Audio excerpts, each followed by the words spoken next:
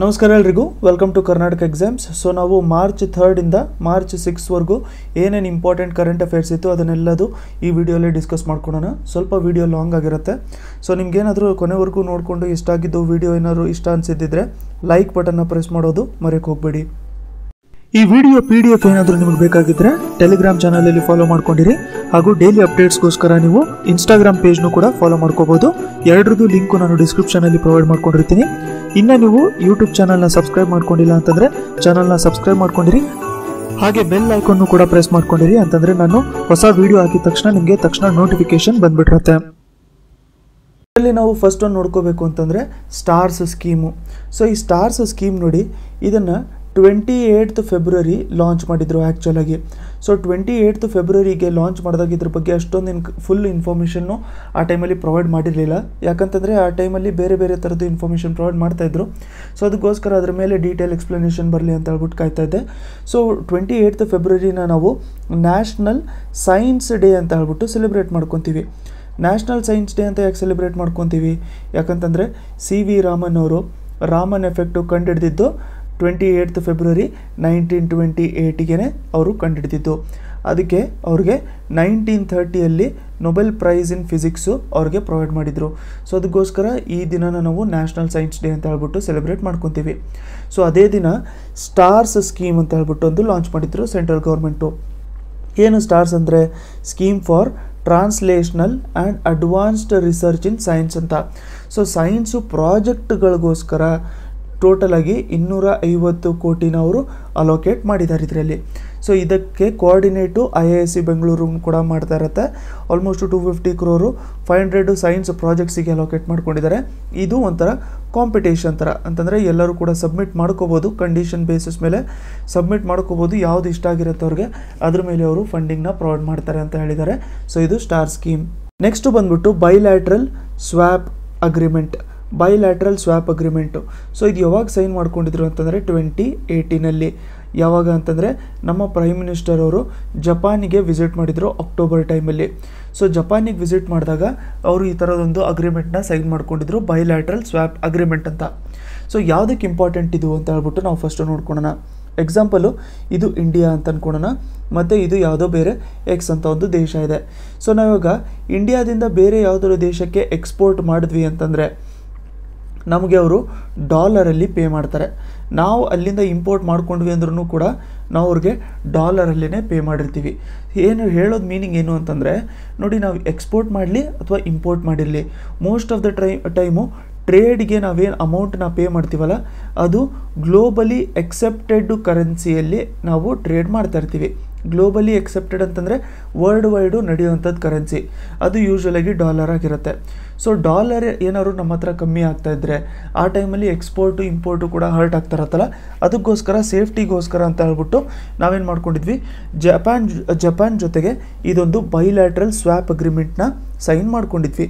ಇದರಲ್ಲಿ ಏನಾಗುತ್ತೆ ಅಂತಂದರೆ ಇಂಡಿಯಾ ಬಂದ್ಬಿಟ್ಟು ನಿಯರ್ಲಿ $75 ಬಿಲಿಯನ್ US ಅಷ್ಟು ಆ್ಯಕ್ಸಸ್ ಮಾಡ್ಕೋಬೋದು. ಯಾರ ಹತ್ರ ಇರೋದ್ರಿಂದ ಜಪಾನ್ ಹತ್ರ ಇರೋದು ಅವರು ಆ್ಯಕ್ಸಸ್ ಮಾಡ್ಕೊಂಡಿರ್ಬೋದು. ಸೊ ಅದು ಕೆಪಬಿಲಿಟಿ ನಮಗೆ ನಿಯರ್ಲಿ $75 ಬಿಲಿಯನ್ ಅಷ್ಟು ಇನ್ಕ್ರೀಸ್ ಆಗುತ್ತಲ್ಲ, ಅದಕ್ಕೋಸ್ಕರ ಇದನ್ನು ಫಾರಿನ್ ಎಕ್ಸ್ಚೇಂಜ್ಗೂ ಕೂಡ ಹೆಲ್ಪ್ ಆಗುತ್ತೆ, ಮಾರ್ಕೆಟ್ಗೂ ಕೂಡ ಹೆಲ್ಪ್ ಆಗುತ್ತೆ, ಇಂಪೋರ್ಟ್ ಎಕ್ಸ್ಪೋರ್ಟ್ಗೂ ಕೂಡ ನಮಗೆ ತುಂಬ ಹೆಲ್ಪ್ಫುಲ್ ಆಗಿರುತ್ತೆ ಅಂತ ಹೇಳ್ಬಿಟ್ಟು ನಾವು ಇದನ್ನು ಸೈನ್ ಮಾಡ್ಕೊಂಡಿದ್ವಿ. ಅದು ಇವಾಗ ಯಾಕೆ ಡಿಸ್ಕಸ್ ಮಾಡ್ತಿದ್ದೀವಿ ಅಂತಂದರೆ ನೋಡಿ, ಅದು 28th ಫೆಬ್ರವರಿ 2019ಗೆ ಅದು ಎಫೆಕ್ಟಿಗೆ ಬಂತು. ಸೊ ಅದಕ್ಕೋಸ್ಕರ ಇದು ನ್ಯೂಸಲ್ಲಿತ್ತು, ಅದಕ್ಕೆ ನಾವು ಇದನ್ನು ಡಿಸ್ಕಸ್ ಮಾಡ್ತಾ ಇದ್ದೀವಿ. ನೆಕ್ಸ್ಟು ಸ್ವಾವಲಂಬನ್ ಸ್ಕೀಮ್ ಅಂತ. ಸೊ ಸ್ವಾವಲಂಬನ್ ಸ್ಕೀಮ್ನ ನಾವು ನೋಡ್ಕೋಬೇಕು ಅಂತಂದರೆ ನಕ್ಸಲಿಸಮ್ ಬಗ್ಗೆ ನಮಗೆ ಬ್ಯಾಕ್ಗ್ರೌಂಡ್ ಗೊತ್ತಿರಬೇಕು. ಸೊ ನಕ್ಸಲಿಸಮ್ ನೋಡಿ, ನಕ್ಸಲಿಸಮ್ ಸ್ಟಾರ್ಟ್ ಆಗಿದ್ದು ನೋಡಿ, ಇದು ವೆಸ್ಟ್ ಬೆಂಗಾಲಲ್ಲಿ ಸ್ಟಾರ್ಟ್ ಆಗಿತ್ತು. ನಮಗೆ ನಕ್ಸಲಿಸಮ್ ಆ್ಯಕ್ಚುಲಾಗಿ ಸ್ಟಾರ್ಟ್ ಆಗಿದ್ದೆ ನಮಗೆ ಇಲ್ಲಿ ವೆಸ್ಟ್ ಬೆಂಗಾಲಲ್ಲೇ ನಮಗೆ ಸ್ಟಾರ್ಟ್ ಆಗಿದ್ದು ನಕ್ಸಲಿಸಮು. ಅದಾದಮೇಲೆ ವೆಸ್ಟ್ ಬೆಂಗಾಲಿಂದ ಬಿಹಾರಿಗೆ ಸ್ಪ್ರೆಡ್ ಆಯಿತು, ಅದಾದಮೇಲೆ ಒಡಿಸ್ಸಾಗೂ ಕೂಡ ಸ್ಪ್ರೆಡ್ ಆಯಿತು, ಅದಾದಮೇಲೆ ಸೌತಲ್ಲಿ ಅಂತಂದರೆ ಆಂಧ್ರ ಪ್ರದೇಶದಿಂದ ಬೇರೆ ಕಡೆನೂ ಕೂಡ ಸ್ಪ್ರೆಡ್ ಆಗಿತ್ತು. ಸೊ ಇವಾಗ ನಕ್ಸಲಿಸಮಲ್ಲಿ ನಕ್ಸಲೈಟ್ಸ್ ಏನೋ ಹೋಗ್ಬಿಟ್ಟಿರ್ತಾರೆ, ಅದರಲ್ಲಿ ಕೆಲವೊಬ್ಬರು ರೀಹ್ಯಾಬಿಲಿಟೇಟ್ ಆಗಬೇಕು ಅಥವಾ ವಾಪಸ್ಸು ಮೇನ್ ಸ್ಟ್ರೀಮಿಗೆ ಬರಬೇಕು ಅಂತ ಹೇಳ್ಬಿಟ್ಟು ಅಂದ್ಕೊಂಡಿರ್ತಾರೆ. ಆದರೆ ಏನಾಗಿರುತ್ತೆ, ಮೇನ್ ಸ್ಟ್ರೀಮಿಗೆ ಬರಬೇಕು ಅಂತಂದರೆ ತುಂಬಾ ಪ್ರಾಬ್ಲಮ್ಸ್ ಇರುತ್ತೆ. ಫಸ್ಟ್ ಒಂದು ಬಂದ್ಬಿಟ್ಟು ಜಾಬ್ಸ್ ಪ್ರಾಬ್ಲಮ್ಮು. ಅವ್ರು ಮೇನ್ ಸ್ಟ್ರೀಮಿಗೆ ಬಂದ್ರೂ ಕೂಡ ಅಂತಂದರೆ ನಾರ್ಮಲ್ಲು ಜನರ ಜೊತೆ ಬಂದ್ರೂ ಕೂಡ ಅವ್ರಿಗೆ ಜಾಬ್ಸ್ ಯಾರು ಪ್ರೊವೈಡ್ ಮಾಡ್ತಾರೆ, ಅದೊಂದು ಮೇನ್ ಪ್ರಾಬ್ಲಮ್ ಆಗುತ್ತೆ. ಇನ್ನೊಂದು ಸೊಸೈಟಿಯಲ್ಲಿ ಅವರ ಸ್ಟೇಟಸ್ ಯಾವ ಥರ ಇರುತ್ತೆ ಅದು ಕೂಡ ಒಂದು ಪ್ರಾಬ್ಲಮ್ ಆಗ್ತಾ ಇರುತ್ತೆ. ಮತ್ತು ಥರ್ಡ್ ಒಂದು ಬಂದ್ಬಿಟ್ಟು ಗೌರ್ಮೆಂಟು ಯಾವ ಥರ ರಿಯಾಕ್ಟ್ ಮಾಡುತ್ತೆ, ಇವೆಲ್ಲ ಪ್ರಾಬ್ಲಮ್ ಆಗಿರುತ್ತೆ. ಅದಕ್ಕೋಸ್ಕರ ಏನಾಗಿರುತ್ತೆ ಅಂತಂದರೆ ಎಷ್ಟೊಂದು ಜನ ಇವ್ರು ನಕ್ಸಲೈಟ್ಸ್ ಏನಿರ್ತಾರೆ ಅವರು ವಾಪಸ್ಸು ಮೇನ್ ಸ್ಟ್ರೀಮಿಗೆ ಬರೋಕ್ಕೇ ಹೋಗಲ್ಲ. ಅದಕ್ಕೋಸ್ಕರ ಇವಾಗ ಏನು ಮಾಡ್ಕೊಂಡಿದ್ದಾರೆ, ವೆಸ್ಟ್ ಬೆಂಗಾಲಲ್ಲಿ ಇದು ಸ್ವಾವಲಂಬನ್ ಸ್ಕೀಮ್ ಅಂತ ಸ್ಟಾರ್ಟ್ ಮಾಡಿದ್ದಾರೆ. ಈ ಸ್ವಾವಲಂಬನ್ ಸ್ಕೀಮಲ್ಲಿ ಏನು ಮಾಡ್ತಾರೆ ಅಂತಂದರೆ ನೋಡಿ, ನ್ಯಾಷನಲೈಸ್ಡ್ ಬ್ಯಾಂಕ್ಸಿಂದನೂ ಕೂಡ ಲೋನ್ನ ಪ್ರೊವೈಡ್ ಮಾಡ್ತಾರೆ.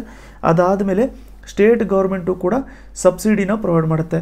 ಸೊ ಇಬ್ಬರೂ ಕೂಡ ಅಮೌಂಟನ್ನು ಕೊಡೋದ್ರಿಂದ ಅವರು ಅದರಿಂದ ಯಾವುದರೊಂದು ಬಿಸ್ನೆಸ್ನ ಸೆಟಪ್ ಮಾಡ್ಕೋಬೋದು ಅಥವಾ ಬೇರೆ ಏನಾದರೂ ಅವರು ಜಾಬ್ಸ್ನ ಮಾಡ್ಕೋಬೋದು. ಸೊ ಈ ಸ್ಕೀಮ್ ನೋಡಿ ಟೋಟಲಾಗಿ 508 ಸರೆಂಡರ್ ಮಾಡಿರೋವಂಥದ್ದು ಮಿಲಿಟೆಂಟ್ಸ್ ಏನಿದಾರಲ್ಲ ಅವರಿಗೆ ತುಂಬಾ ಹೆಲ್ಪ್ಫುಲ್ ಆಗಿರುತ್ತೆ. ಇದು ಒಂದು 2-3 ಪರ್ಪಸ್ನ ಇದು ಫುಲ್ಫಿಲ್ ಮಾಡ್ಕೊಳುತ್ತೆ. ಫಸ್ಟ್ ಒಂದು ಬಂದ್ಬಿಟ್ಟು ಸರೆಂಡರ್ ಆಗಿರೋಂಥ ಏನು ಮಿಲಿಟೆಂಟ್ಸ್ ಇದ್ದಾರಲ್ಲ ಅವ್ರಿಗೆ ಏನು ಪನಿಷ್ಮೆಂಟು ಅಷ್ಟೊಂದು ಸಿವಿಯರಾಗಿ ಕೊಡಲಿಲ್ದಂಗೆ ಅವ್ರಿಗೆ ಸೆಕೆಂಡ್ ಚಾನ್ಸ್ ಕೊಟ್ಟಂಗೆ ಆಗುತ್ತೆ ಲೈಫಲ್ಲಿ. ಸೊ ಸೆಕೆಂಡ್ ಚಾನ್ಸ್ ಕೊಡೋವಂಥದ್ದು ಅವರೇನೋ ಕ್ರೈಮ್ ಮಾಡಿರ್ತಾರೆ, ಇವ್ರಿಗೆ ಸೆಕೆಂಡ್ ಚಾನ್ಸ್ ಕೊಡಬೇಕು ಕೊಡಬಾರ್ದು ಅಂತ ಹೇಳ್ಬಿಟ್ಟು ಸ್ವಲ್ಪ ಕನ್ಫ್ಯೂಷನ್ ಇರುತ್ತೆ. ಬಟ್ ನೋಡಿ ಅವ್ರನ್ನ ನೋಡಿಕೊಂಡು ಬೇರೆಯವರು ಕೂಡ ಬರ್ತಾರೆ ಮಿಲಿಟೆಂಟ್ಸು ಸರೆಂಡರ್ ಮಾಡ್ಕೊಳ್ಳೋಕ್ಕೆ. ಸೊ ಅವ್ರಿಗೂ ಕೂಡ ನಾವು ಜಾಬ್ ಪ್ರೊವೈಡ್ ಮಾಡ್ಕೊಂಬಿಟ್ರೆ ಏನಾಗುತ್ತೆ, ಆಲ್ಮೋಸ್ಟ್ ನಕ್ಸಲಿಸಮ್ ನಮಗೆ ಎಂಡ್ ಆಗೋಗ್ಬಿಡುತ್ತೆ. ಅಕಸ್ಮಾತ್ ಇವ್ರಿಗೇನಾದ್ರು ನಾವು ಪನಿಷ್ಮೆಂಟು ಸ್ವಲ್ಪ ಸಿವಿಯರಾಗಿ ಪನಿಷ್ಮೆಂಟ್ ಕೊಡೋಕ್ಕೇನಾದ್ರು ನಾವು ಸ್ಟಾರ್ಟ್ ಮಾಡ್ಕೊಂಬಿಟ್ರೆ ಆ ಟೈಮಲ್ಲಿ ಏನಾಗುತ್ತೆ, ಸಿವಿಯರ್ ಪನಿಷ್ಮೆಂಟ್ ಅಂತ ಹೇಳ್ಬಿಟ್ಟು ಮಿಲಿಟೆಂಟ್ಸು ಇನ್ನೂ ಸ್ವಲ್ಪ ರಿವೋಲ್ಟ್ ಮಾಡೋಕ್ಕೆ ಸ್ಟಾರ್ಟ್ ಮಾಡಿರ್ತಾರೆ. ಸೊ ಮೇನ್ ಏಮ್ ಏನಪ್ಪ ಇದ್ರದ್ದು ಅಂತಂದರೆ ರಿಹ್ಯಾಬಿಲಿಟೇಷನ್ ಪ್ರೊವೈಡ್ ಮಾಡೋದು, ಕೆಪಾಸಿಟಿ ಅವ್ರದ್ದು ಬಿಲ್ಡ್ ಮಾಡೋದು, ಮತ್ತು ಅವ್ರಿಗೆ ಅವರೇ ಎಂಪ್ಲಾಯ್ಮೆಂಟ್ ತೊಗೊಳ್ಳೋ ಥರ ಒಂದು ಅಪಾರ್ಚುನಿಟಿ, ಸೆಲ್ಫ್ ಎಂಪ್ಲಾಯ್ಮೆಂಟು, ಅವರೇ ಒಂದು ಬಿಸ್ನೆಸ್ನ ಸೆಟಪ್ ಮಾಡೋವಂಥದ್ದು ಅಪಾರ್ಚುನಿಟಿ ಪ್ರೊವೈಡ್ ಮಾಡೋವಂಥದ್ದಕ್ಕೋಸ್ಕರ ಸ್ವಾವಲಂಬನ್ ಸ್ಕೀಮ್ನ ಸ್ಟಾರ್ಟ್ ಮಾಡಿದ್ದಾರೆ. ಎಲ್ಲಿ ಅಂತ ಕೇಳಿದ್ರೆ ಇದು ಅಸ್ಸಾಮಲ್ಲಿ, ಸಾರಿ ನಾನು ವೆಸ್ಟ್ ಬೆಂಗಾಲ್ ಅಂತ ಹೇಳಿದೆ ಅದು ಅವಾಗ. ಸೊ ಆ್ಯಕ್ಚುಲಿ ಅಸ್ಸಾಮಲ್ಲಿ ಅದು. ಬಟ್ ನಮಗೆ ಇದೇನು ಸ್ಟಾರ್ಟ್ ಆಗಿತ್ತಲ್ಲ ಇದು ನಮಗೆ ನಕ್ಸಲಿಸಮು, ಅದು ಸ್ಟಾರ್ಟ್ ಆಗಿದ್ದು ನಮಗೆ ವೆಸ್ಟ್ ಬೆಂಗಾಲಿನ ಬೆಲ್ಟಲ್ಲೇ ಸ್ಟಾರ್ಟ್ ಆಗಿತ್ತು. ಸೊ ವೆಸ್ಟ್ ಬೆಂಗಾಲಿಂದು ಇದು ಸೌತ್ ಬೆಲ್ಟಲ್ಲಿ ಸ್ಟಾರ್ಟ್ ಆಗಿತ್ತು. ಬಟ್ ವೆಸ್ಟ್ ಬೆಂಗಾಲ್ ನಮಗೆ ಇಷ್ಟು ದೊಡ್ಡದು ಇರೋದ್ರಿಂದ ಮೇಲ್ಗಡೆ ಇಲ್ಲಿಂದ ಅಸ್ಸಾಂ ರೀಜನ್ಗೂ ಕೂಡ ತುಂಬ ಅದು ಸ್ಪ್ರೆಡ್ ಆಗಿತ್ತು. ಮತ್ತು ಅಸ್ಸಾಂ ರೀಜನಲ್ಲೂ ನಮಗೆ ಅಲ್ಲಿ ಫಾರೆಸ್ಟ್ ಏರಿಯಾ ಸ್ವಲ್ಪ ಜಾಸ್ತಿ ಇರೋದ್ರಿಂದ ಅವರು ರಿಹ್ಯಾಬಿಲಿಟೇಷನ್ ಸ್ಕೀಮ್ನ ಸ್ಟಾರ್ಟ್ ಮಾಡ್ಕೊಂಡಿದ್ದಾರೆ.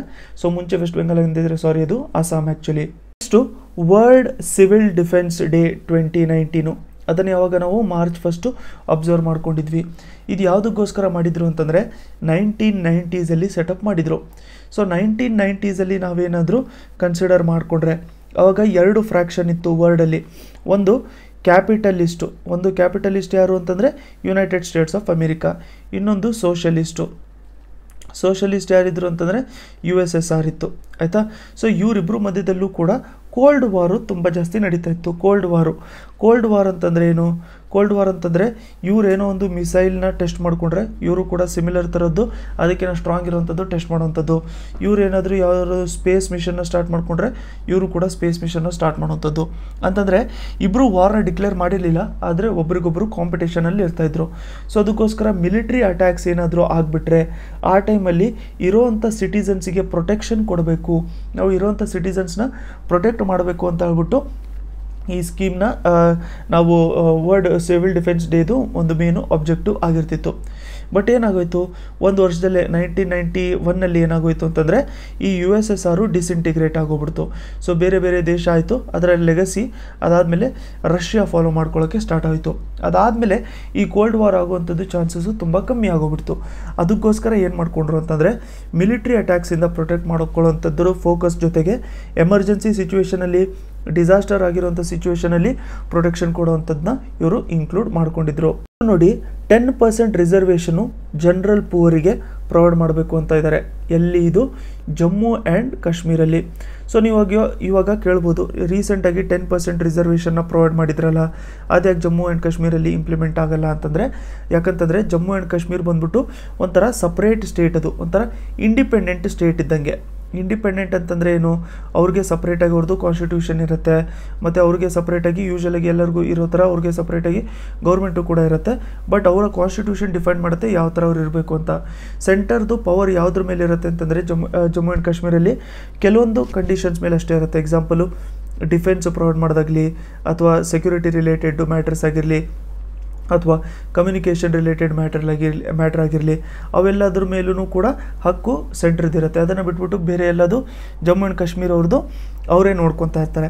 ಸೊ ಅದಕ್ಕೋಸ್ಕರ ರೀಸೆಂಟಾಗಿ ಜಮ್ಮು ಆ್ಯಂಡ್ ಕಾಶ್ಮೀರಲ್ಲಿ ಸೇಮ್ ಸೆಂಟ್ರಿನ ಲೈನ್ ಮೇಲೇ 10% ರಿಸರ್ವೇಷನು ಜನರಲ್ ಪೂರ್ಗೆ ಪ್ರೊವೈಡ್ ಮಾಡಿದ್ರು. ಜನರಲ್ ಪೂರ್ ಅಂತಂದರೆ ಇಲ್ಲೇನು ಎಕನಾಮಿಕಲಿ ವೀಕರ್ ಸೆಕ್ಷನು. ಅದ್ರ ಜೊತೆಗೆ ಪ್ರಮೋಷನು ಕೂಡ ಪ್ರೊವೈಡ್ ಮಾಡ್ತಾ ಇದ್ದಾರೆ ಗೌರ್ಮೆಂಟ್ ಜಾಬ್ಸಲ್ಲಿ ಶೆಡ್ಯೂಲ್ ಕಾಸ್ಟು ಮತ್ತು ಶೆಡ್ಯೂಲ್ ಟ್ರೈಬ್ಸ್ ಅವ್ರಿಗೆ ಜಮ್ಮು ಆ್ಯಂಡ್ ಕಾಶ್ಮೀರಲ್ಲಿ. ಸೊ ಇವೆರಡರದ್ದು ರಿಲೇಟೆಡ್ಡು ಅಮೆಂಡ್ಮೆಂಟ್ಸ್ ಇದ್ದಾವೆ, ಅದು ನೋಡ್ಕೊಳ್ಳೋಣ. ಸೊ ಅಮೆಂಡ್ಮೆಂಟ್ಸ್ ಯಾವ್ದು ಅಮೆಂಡ್ಮೆಂಟ್ಸ್ ನೋಡಿ, ಇಲ್ಲಿ ಒಂದು 77th ಕಾನ್ಸ್ಟಿಟ್ಯೂಷನಲ್ ಅಮೆಂಡ್ಮೆಂಟು 1995 ಇದೇನು ಪ್ರೊವೈಡ್ ಮಾಡುತ್ತೆ ಅಂತಂದರೆ ಶೆಡ್ಯೂಲ್ ಕಾಸ್ಟು ಮತ್ತು ಶೆಡ್ಯೂಲ್ ಟ್ರೈಬ್ಸ್ ಅವ್ರಿಗೆ ಪ್ರಮೋಷನ್ನ ಕೊಡ್ಬೋದು, ರಿಸರ್ವೇಷನ್ ಕೊಡ್ಬೋದು ಪ್ರಮೋಷನಲ್ಲಿ ಅಂತ ಹೇಳ್ಬಿಟ್ಟು ಹೇಳುತ್ತೆ. ನೆಕ್ಸ್ಟು 103rd ಕಾನ್ಸ್ಟಿಟ್ಯೂಷನಲ್ ಅಮೆಂಡ್ಮೆಂಟು ರೀಸೆಂಟಾಗಿ ಪಾಸ್ ಮಾಡಿರುವಂಥದ್ದು. ಸೊ ಇದೇನು ಮಾಡುತ್ತೆ ಅಂತಂದರೆ ಇದು 10% ರಿಸರ್ವೇಷನ್ ಪ್ರೊವೈಡ್ ಮಾಡುತ್ತೆ ಎಜುಕೇಷನ್ ಮತ್ತು ಗೌರ್ಮೆಂಟ್ ಜಾಬ್ಸಲ್ಲಿ ಯಾರಿಗೆ ಎಕನಾಮಿಕಲಿ ವೀಕರ್ ಸೆಕ್ಷನ್ಗೋಸ್ಕರ. ಸೊ ಇವೆರಡಕ್ಕೂ ಕೂಡ Jammu and Kashmir reservation ordinance ಅಂತ ಹೇಳ್ಬಿಟ್ಟು ಆರ್ಡಿನೆನ್ಸ್ನ ಪಾಸ್ ಮಾಡಿದ್ದಾರೆ ಜಮ್ಮು ಆ್ಯಂಡ್ ಕಾಶ್ಮೀರ್ಗೋಸ್ಕರ. ನೆಕ್ಸ್ಟು ಫೇಮ್ ಸ್ಕೀಮ್ ಅಂತ ಒಂದಿದೆ. ಸೊ ಈ ಫೇಮ್ ಸ್ಕೀಮ್ ಬಗ್ಗೆ ನಾವು ಸ್ವಲ್ಪ ತಿಳ್ಕೊಂಡಿರೋಣ. ಫೇಮ್ ಅಂತಂದರೆ ಏನು? Faster adoption and manufacturing of electric vehicles, ಅಂದರೆ ಹೈಬ್ರಿಡ್ ವೆಹಿಕಲ್ಸು ಮತ್ತು ಎಲೆಕ್ಟ್ರಿಕ್ ವೆಹಿಕಲ್ಸ್ ಎರಡೂ ಕೂಡ ಬರುತ್ತೆ ಅದರಲ್ಲಿ. ಇಂಡಿಯಾ ಸ್ಕೀಮ್ ಇದು. ಸೊ ಇದರಲ್ಲಿ ಅಲೋಕೇಶನ್ ನಾವು ಮುಂಚೆ ಇದ್ದಿದ್ದು 5500 crore ಇತ್ತು, ಇವಾಗ ಅದನ್ನು 10,000 crore ಅಷ್ಟು ಇನ್ಕ್ರೀಸ್ ಮಾಡಿದ್ದಾರೆ. ಇದರಲ್ಲಿ ಏನು ಮಾಡಿದ್ದಾರೆ ಅಂತಂದರೆ ಸಬ್ಸಿಡಿ ತುಂಬ ಜಾಸ್ತಿ ಪ್ರೊವೈಡ್ ಮಾಡ್ತಾ ಇದ್ದಾರೆ. ಅದನ್ನು ನಾವು ನೋಡ್ಕೋಬೇಕು ಅಂತಂದರೆ ನೋಡಿ, ನಿಯರ್ಲಿ 20,000 ಕಾರ್ಗಳಿಗೆ ನಿಯರ್ಲಿ 20,000 ಅವರು ಸಬ್ಸಿಡಿನ ಪ್ರೊವೈಡ್ ಮಾಡ್ತಾ ಇರ್ತಾರೆ. ಅದಾದಮೇಲೆ 10 ಲಕ್ಷ 2 ವೀಲರ್ಗಳಿಗೆ ಸಬ್ಸಿಡಿನೂ ಕೂಡ ಪ್ರೊವೈಡ್ ಮಾಡ್ತಾ ಇದ್ದಾರೆ. 5 ಲಕ್ಷ 3 ವೀಲರ್ಗೆ, 7,000 ಬಸ್ಸಸ್ಗಳಿಗೆ ಸಬ್ಸಿಡಿನ ಪ್ರೊವೈಡ್ ಮಾಡ್ತಾ ಇದ್ದಾರೆ. ಯಾವುದಿದು ಅಂತಂದರೆ ಎಲೆಕ್ಟ್ರಿಕ್ ಆಗಿರಬೇಕು ಅಥವಾ ಹೈಬ್ರಿಡ್ ಆಗಿರಬೇಕು. ಹೈಬ್ರಿಡ್ ಅಂತಂದರೆ ಬೇರೆ ಪೆಟ್ರೋಲು ಡೀಸೆಲ್ ಜೊತೆಗೆ ಎಲೆಕ್ಟ್ರಿಕ್ ಮೇಲೂ ಕೂಡ ರನ್ ಆಗ್ತಾ ಇರಬೇಕು, ಮತ್ತು ಬೇರೆ ಈಕೋ ಫ್ರೆಂಡ್ಲಿ ಫ್ಯೂಲ್ ಮೇಲೆ ರನ್ ಆಗ್ತಾ ಇರಬೇಕಿದು. ಸೊ ನೋಡಿ, ಸಬ್ಸಿಡಿ ನಾವು ನೋಡ್ಕೋಬೇಕು ಅಂತಂದರೆ ಈ ಕಾರ್ಸಿಗೆ ಪ್ರೊವೈಡ್ ಮಾಡ್ತಾರೆ ಅಂತ ಹೇಳಿದ ತಕ್ಷಣ ಪ್ರೈವೇಟ್ ವೆಹಿಕಲ್ಸಿಗೆ ಇದು ಪ್ರೊವೈಡ್ ಮಾಡೋದಲ್ಲ. ಇದು ಎಲ್ಲಿ ಪ್ರೊವೈಡ್ ಮಾಡ್ತಾರೆ ಅಂತಂದರೆ ಎಲೆಕ್ಟ್ರಿಕ್ ವೆಹಿಕಲ್ಸು ಟ್ಯಾಕ್ಸಿ ಅಗ್ರಿಗೇಟರ್ಗೋಸ್ಕರ ಇವರು ಇದನ್ನು ಪ್ರೊವೈಡ್ ಮಾಡಿರ್ತಾರೆ. ಸೊ ಇದು ಎಫೆಕ್ಟ್ ಯಾವಾಗಿಂದ ಬರುತ್ತಂತೆ? 1 ಏಪ್ರಿಲ್ 2019 ಇದು ಎಫೆಕ್ಟಿಗೆ ಬರುತ್ತಂತೆ. ಸೊ ಅದಕ್ಕೆ 1 ಏಪ್ರಿಲಲ್ಲೂ ಕೂಡ ನಾವು ಇದ್ರ ಬಗ್ಗೆ ಡಿಸ್ಕಸ್ ಮಾಡ್ಕೊಂಡಿರೋಣ. ಸಬ್ಸಿಡಿ ನೋಡಿ ಬ್ಯಾಟ್ರಿ ಕೆಪಾಸಿಟಿ ಮೇಲೆ ಕ್ಯಾಲ್ಕುಲೇಟ್ ಮಾಡ್ಕೊಂಡಿರ್ತಾರೆ. ಸೊ ಇವಾಗ ನಾವು ಪೆಟ್ರೋಲು ಡೀಸೆಲು ನಾವೆಲ್ಲ ನೋಡಿಕೊಂಡ್ರೆ ನಿಮಗೆ ಲೀಟರ್ಸ್ ಅಂತ ಹೇಳ್ಬಿಟ್ಟು ಬರುತ್ತೆ ಗಾಡಿಗಳಲ್ಲಿ, ಎಲ್ಲರಿಗೂ ಕೂಡ ಗೊತ್ತಿರುತ್ತೆ ಅನ್ಸುತ್ತೆ. ಈಗ ಎಕ್ಸಾಂಪಲ್ ಆಲ್ಟೋ ತೊಗೊಂಡ್ರೆ ನಾವು 800cc ಕಾರ್ ಆಗಿರುತ್ತೆ.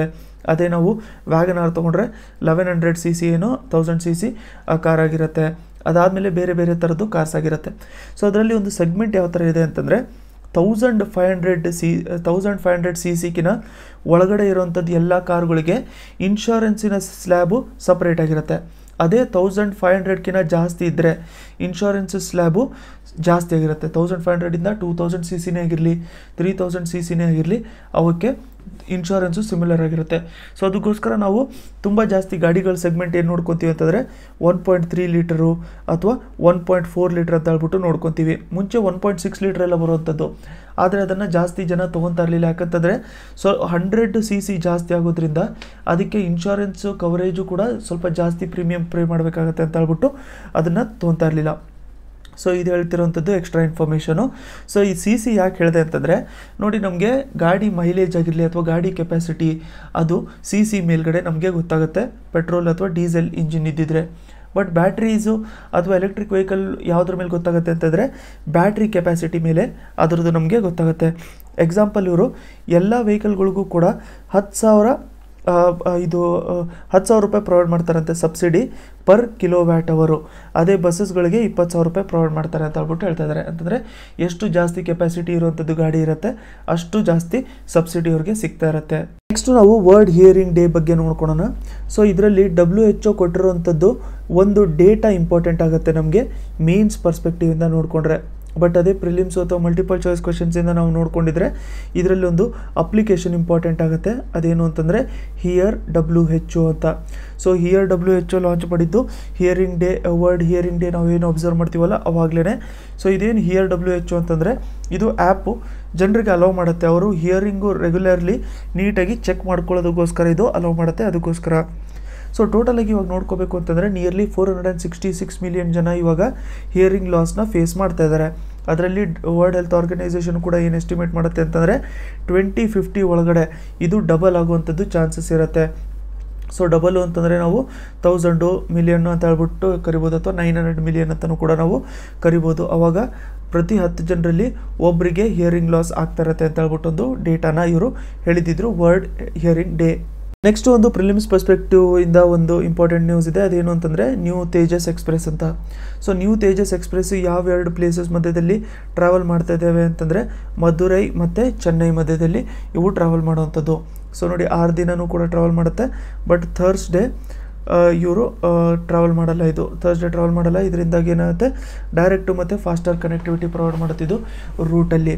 ಸೊ ನೋಡಿ ಇದು ತೇಜಸ್ ಎಕ್ಸ್ಪ್ರೆಸ್ ಯಾಕೆ ಇಂಪಾರ್ಟೆಂಟು ಅಂತಂದರೆ ಫಸ್ಟ್ ಆಫ್ ಆಲ್ ಇದು ರೀಸೆಂಟಾಗಿ ನ್ಯೂಸಲ್ಲಿತ್ತು ಇನಾಗ್ರೇಟ್ ಮಾಡಿರೋದ್ರಿಂದ. ಅದಾದಮೇಲೆ ಇದು ಮುಂಚೆನೂ ಕೂಡ ಲಾಂಚ್ ಮಾಡಿದ್ರು ಇದು ತೇಜಸ್ ಎಕ್ಸ್ಪ್ರೆಸ್ಸು. ಆದರೆ ಮುಂಚೆ ಲಾಂಚ್ ಮಾಡಿರ್ಬೇಕಾದ್ರೆ ಇದನ್ನು ನೀಟಾಗಿ ಟ್ರೀಟ್ ಮಾಡಿರಲಿಲ್ಲ. ಸೊ ಇದ್ರ ಒಳಗಡೆ ಇರುವಂಥದ್ದು ಹೆಡ್ಫೋನ್ಸ್ನ ಕದಿಯುವಂಥದ್ದಾಗಿರಲಿ, ಅಥವಾ ಬಾತ್ರೂಮಿನ ಆಕ್ಸೆಸರೀಸ್ ಕದಿಯುವಂಥದ್ದಾಗಿರಲಿ, ಅಥವಾ ಗ್ಲಾಸ್ ಹೊಡೆಯೋದು. ಎಕ್ಸಾಂಪಲ್ ಇವಾಗ ರೀಸೆಂಟಾಗಿ ನಾವು ನೋಡಿರೋಂಗೆ ವಂದೇ ಭಾರತ್ ಎಕ್ಸ್ಪ್ರೆಸ್ಸು. ಸೊ ಈ ವಂದೇ ಭಾರತ್ ಎಕ್ಸ್ಪ್ರೆಸ್ಸು ಅಥವಾ ಟ್ರೈನ್ 18 ಇದೇನು ಎಕ್ಸ್ಪ್ರೆಸ್ ಇದೆಯಲ್ಲ, ಇದರಲ್ಲೂ ಕೂಡ ಗ್ಲಾಸ್ ಎಲ್ಲ ಹೊಡೆದಾಕ್ಬಿಟ್ಟಿದ್ರು. ಸೊ ನಮ್ಮ ಸಿಟಿಸನ್ಸು ಬೇರೆ ಥರದ್ದು ನಮಗೆ ಇಂಪಾರ್ಟೆಂಟು ಟೆಕ್ನಾಲಜೀಸು, ಎನ್ಹ್ಯಾನ್ಸ್ಡ್ ಟೆಕ್ನಾಲಜೀಸು ಬೇರೆ ದೇಶದಲ್ಲಿ ಇರುವಂಥದ್ದು ಸಿಸ್ಟಮು ನಮ್ಗೆ ಬೇಕು ಅಂತ ಹೇಳ್ತಾರೆ.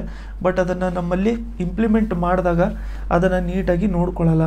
ಸೊ ಅದಕ್ಕೋಸ್ಕರ ಇದನ್ನು ನಮಗೇನಾದ್ರು ಆನ್ಸರ್ ರೈಟಿಂಗಲ್ಲಿ ಕೇಳಿದ್ರೆ ಎಥಿಕ್ಸಲ್ಲಿ ನಾವು ಇದನ್ನು ನೀಟಾಗಿ ಯೂಸ್ ಮಾಡ್ಕೋಬೋದು, ಯಾವ ಥರ ನಾವು ಬಿಹೇವ್ ಮಾಡ್ಕೋಬೋದು ಅಂತ ಹೇಳ್ಬಿಟ್ಟು ಲೈವ್ ಎಕ್ಸಾಂಪಲ್ನ ತೊಗೊಂಡು ಎಥಿಕ್ಸಲ್ಲಿ ನಾವು ಇದನ್ನು ಯೂಸ್ ಮಾಡ್ಕೊಂಡಿರ್ಬೋದು. ನೆಕ್ಸ್ಟ್ ಒಂದು ಮೋಡೀಸ್ ರಿಪೋರ್ಟ್ ಹೇಳ್ತಾ ಇದೆ. ಆ ರಿಪೋರ್ಟ್ ಹೆಸರು ಇಂಪಾರ್ಟೆಂಟ್ ನಮಗೆ, global macro outlook for 2019 and 2020. So global macro outlook for 2019-2020 ಯಾರು ರಿಲೀಸ್ ಮಾಡ್ತಾರೆ ಅಂತಂದರೆ ಮೂಡೀಸು ರಿಲೀಸ್ ಮಾಡ್ತಾರೆ.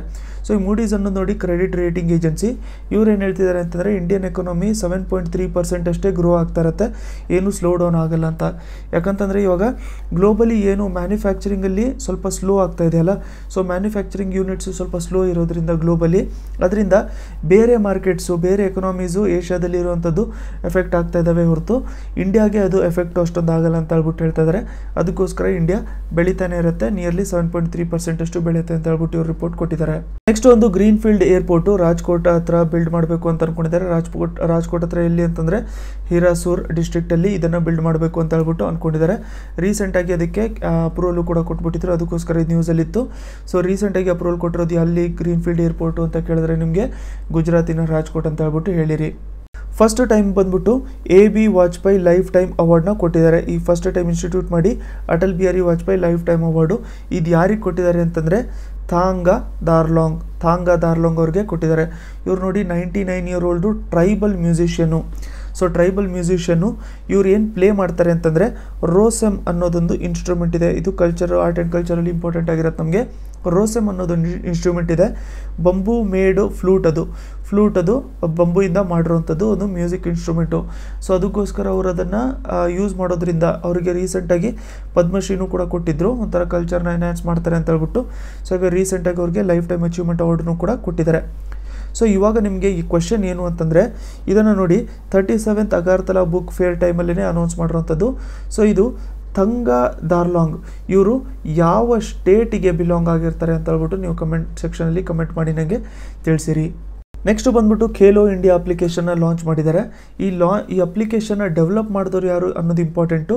ಅಪ್ಲಿಕೇಶನ್ ಬಗ್ಗೆ ಬೇಸಿಕ್ ಡೀಟೇಲ್ಸ್ ನಮಗೆ ಗೊತ್ತಿರಬೇಕು. So first of all develop ಮಾಡಿರೋದು ಯಾರು ಅಂತಂದರೆ ಸ್ಪೋರ್ಟ್ಸ್ ಅಥಾರಿಟಿ ಆಫ್ ಇಂಡಿಯಾ ಇದನ್ನು ಡೆವಲಪ್ ಮಾಡಿದೆ.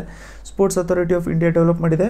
ಮೇನ್ ಏಮು ನಾವೇನಾದ್ರು ನೋಡ್ಕೋಬೇಕು ಅಂತಂದರೆ ಅವೇರ್ನೆಸ್ನ ನಾವು ಕ್ರಿಯೇಟ್ ಮಾಡಬೇಕು. ಸ್ಪೋರ್ಟ್ಸು ಮತ್ತು ಫಿಟ್ನೆಸ್ ಬಗ್ಗೆ ಅವೇರ್ನೆಸ್ನ ನಾವು ಕ್ರಿಯೇಟ್ ಮಾಡಬೇಕು ಓವರ್ ಆಲ್ ಕಂಟ್ರಿಯಲ್ಲಿ ಅಂತ ಹೇಳ್ಬಿಟ್ಟು ಇದನ್ನು ಲಾಂಚ್ ಮಾಡಿದ್ದಾರೆ. ಸೊ ನೋಡಿ ಎಕ್ಸಾಂಪಲ್ ನಾವು ಹೇಳಬೇಕು ಅಂತಂದರೆ 18 ಸ್ಪೋರ್ಟ್ಸ್ ಡಿಸಿಪ್ಲಿನ್ ಬಗ್ಗೆ ರೂಲ್ಸ್ ಏನಿರುತ್ತೆ, ರೆಗ್ಯುಲೇಷನ್ಸ್ ಏನಿರುತ್ತೆ ಅವನ್ನೆಲ್ಲದೂ ಕೂಡ ಇದರಲ್ಲಿ ಮೆನ್ಷನ್ ಮಾಡಿರ್ತಾರೆ ಈ ಅಪ್ಲಿಕೇಶನಲ್ಲಿ. ಸೊ ಈ ಅಪ್ಲಿಕೇಶನ್ನು ಏನು ಹೇಳೋವಂಥದ್ದು ಪರ್ಪಸ್ ಏನು ಅಂತಂದರೆ ಫಸ್ಟ್ ಆಫ್ ಆಲು ಇಂಡಿಯಾನ ಒಂಥರ ಗ್ಲೋಬಲಿ ಸೂಪರ್ ಪವರ್ ಮಾಡಬೇಕು. ಯಾವುದರಲ್ಲಿ ಅಂತಂದರೆ ಸ್ಪೋರ್ಟ್ಸಲ್ಲಿ ಸೂಪರ್ ಪವರ್ ಮಾಡಬೇಕು ಅಂತ ಹೇಳ್ಬಿಟ್ಟು ನಮ್ಮ ಪ್ರೈಮ್ ಮಿನಿಸ್ಟರ್ ಅವರ ವಿಷನು ಕೂಡ ಇದೆ. ಸೊ ಅದಕ್ಕೋಸ್ಕರ ಸ್ಪೋರ್ಟ್ಸ್ ರಿಲೇಟೆಡ್ಡು ಬೇರೆ ಬೇರೆ ಥರದ್ದು ಸ್ಕೀಮ್ಸ್ನ ತೊಗೊಂಬರ್ತಾ ಇರ್ತಾರೆ. ಅದೇ ಬ್ಯಾಕ್ಡ್ರಾಪಲ್ಲಿ ಇದು ಖೇಲೋ ಇಂಡಿಯಾನೂ ಕೂಡ ಇದು ಅನೌನ್ಸ್ ಮಾಡಿದ್ದಾರೆ. ಸೊ ಅಷ್ಟೇ, ಇವತ್ತಿಗೆ ವಿಡಿಯೋ ಇಷ್ಟ ಆಗಿದ್ದಿದ್ರೆ ಲೈಕ್ ಬಟನ್ನ ಪ್ರೆಸ್ ಮಾಡೋದು ಮರೆಯೋಕೆ ಹೋಗ್ಬಿಡಿ. ಬೇರೆಯವ್ರ ಜೊತೆನೂ ಕೂಡ ಸ್ವಲ್ಪ ಶೇರ್ ಮಾಡ್ಕೊಂಡಿರಿ, ಹೆಲ್ಪ್ ಆಗಿರುತ್ತೆ. ಸೊ ವಿಡಿಯೋ ನಿಮ್ಗೆ ಇಷ್ಟ ಆಗಿದ್ದು ಬೆನಿಫಿಷಿಯಲ್ ಅಂತ ಅನಿಸಿದ್ರೆ ಈ ಕಡೆ ಲೈಕ್ ಬಟನ್ನು ಕೂಡ ಪ್ರೆಸ್ ಮಾಡಿರಿ. ಹಾಗೆ ಸಬ್ಸ್ಕ್ರೈಬ್ ಮಾಡ್ಕೊಂಡಿಲ್ಲ ಚಾನಲ್ಗೆ ಅಂತಂದರೆ ಇಲ್ಲಿ ಸಬ್ಸ್ಕ್ರೈಬ್ ಬಟನ್ನ ಪ್ರೆಸ್ ಮಾಡಿಕೊಂಡು ಸಬ್ಸ್ಕ್ರೈಬು ಕೂಡ ಮಾಡ್ಕೊಂಡಿರಿ. ಹಾಗೆ ಬೆಲ್ ಐಕನ್ನು ಕೂಡ ಒತ್ಕೊಂಡಿರಿ ಅಂತಂದರೆ ನೆಕ್ಸ್ಟ್ ಟೈಮ್ ನಾನು ವೀಡಿಯೋ ಹಾಕಿದ ತಕ್ಷಣ ನಿಮಗೆ ನೋಟಿಫಿಕೇಷನ್ ತಕ್ಷಣವೇ ಬಂದುಬಿಟ್ಟಿರುತ್ತೆ.